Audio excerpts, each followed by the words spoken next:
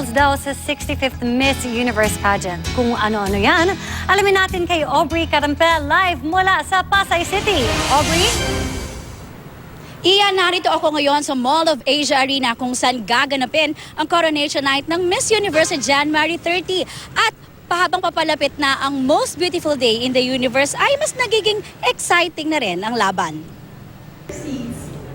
Matapos ang pre-pageant activities ng 86 candidates ng Miss Universe, sasalang na sila sa crucial preliminary competition. 3 levels ang pagdadaanan nila: ang evening gown competition, swimsuit competition, at ang preliminary interviews. Dito madidetermine kung sino-sino ang papasok sa top 12 na pipiliin ng isang set of jury na iba pa sa panel of judges sa mismong Coronation Night sa Lunes. Isa sa mga kumpirmadong magiging judge sa Coronation Night, ang first ever Indian Miss Universe na si Sushmita Sen, na kinoronahan noong 1994 nang huling gawin sa Pilipinas ang Miss U. Ang naging sagot niya sa Q&A portion, talaga namang tumatak. What for you is the essence of being a woman?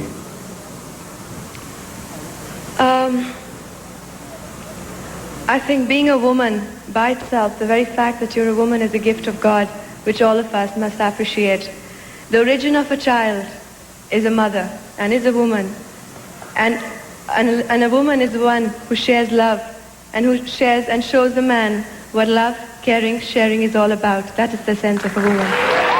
Isang factor din para mapasama ang inyong best top 12 ang online voting na nagsimula na kagabi.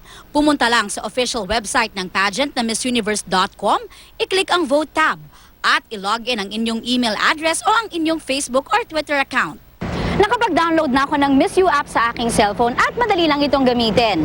So i-click lamang ang Miss You app, click vote, at hanapin yung bansang gusto nyong iboto. And then, i-click ko lang ito, I am 13 years of age or older, at i-click ang cast your vote. Pwede ring bumoto sa pamamagitan ng pag-download ng Miss You at Vodi applications. Pwede rin ang pag-tweet gamit ang hashtag na Miss Universe at ang hashtag ng pambatong bansa. 10 votes ang pwedeng i-cast daily hanggang sa January 28. Para sa 65th edition ng pageant, bago na ang mechanics. Ang papasok sa top 12, maglalaban-laban sa swimsuit competition sa Coronation Night. Matapos niyan, mapipili ang top 9 na magpapasiklaban naman sa kanilang evening gown. From top 9, matitrim down ang bilang nila sa 6, nasasalang naman sa make or break na question and answer portion. Mula rito ay pipiliin ang top 3 na rarampa para sa final look. At sa kanila ay hihirangin ang second runner-up, first runner-up, at ang kokoronahang bagong Miss Universe. Si Lea Salonga naging judge noong Miss Universe 2011 nang manalo si Miss Angola Leila Lopez at third runner-up naman ang ating pambato na si Shamsi Supsup. Kwento niya, hindi madaling trabaho ang pagiging hurado sa kompetisyon. You have to look for somebody na titingalain ng mga ibang mga babae. Somebody they can find relatable, somebody...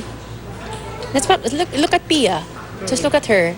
Somebody na women would want to be like or emulate or admire or find inspiration.